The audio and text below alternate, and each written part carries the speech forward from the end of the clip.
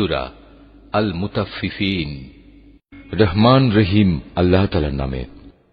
দুর্ভোগ তাদের জন্য যারা মাপে কম দেয়, যারা অন্য মানুষদের কাছ থেকে যখন মেপে নেয় তখন তাদের কাছ থেকে পুরোপুরি আদায় করে নেয়, আবার নিজেরা যখন অন্যের জন্য কিছু ওজন কিংবা পরিমাপ করে তখন কম দেয়।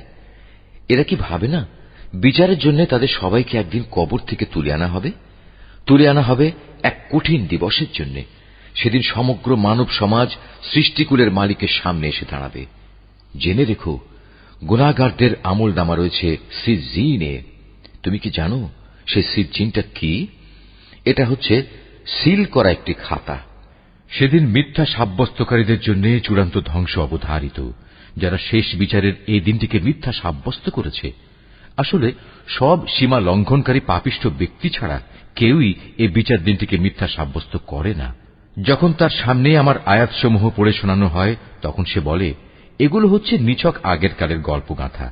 কখনো নয়, কিন্তু এদের মনের উপর এদের কৃতকর্ম জং ধরিয়ে রেখেছে। অবশ্যই এসব পাপী ব্যক্তিদের সেদিন তাদের মালিক থেকে আড়াল করে রাখা হবে। অতঃপর তারা অবশ্যই জাহান্নামের আগুনে প্রবেশ করবে। তারপর তাদের বলা হবে, এ হচ্ছে সেই জাহান্নাম যা তোমরা মিথ্যা সাব্যস্ত করতে। হ্যাঁ, নেককার লোকদের আমলনামা রক্ষিত আছে ইল্লিয়িনে। তুমি কি জানো এ ইল্লিয়িনে রক্ষিত আমলনামা কি? এটাও হচ্ছে একটি সিল করা খাতা। আল্লাহ তাআলার নিকটতম ফেরেশতারাই তা তদারক করেন। নিঃসন্দেহে নেককার লোকেরা মহা নিয়ামতে থাকবে। এরা সুসজ্জিত আসনে বসে সব অবলোকন করবে। এদের চেহারায় নিয়ামতের তৃপ্তি ও সজীবতা তুমি সহজেই চিনতে পারবে।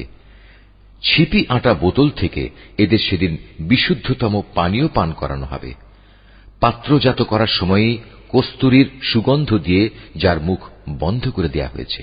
এতে বিজয়ী হবার জন্য প্রতিটি প্রতিযোগী প্রতিযোগিতা করুক। তাতে তাসনিমের ফল্গু ধারার মিশ্রণ থাকবে। তাসনিম এমন এক ঝর্ণাধারা, আল্লাহ তাআলার নৈকট্য লাভকারীরাই সেদিন এ পানীয় থেকে পান করবে। অবশ্যই তারা ভীষণ অপরাধ করেছে যারা দুনিয়ায় ঈমানদারদের বিদ্রূপ করত।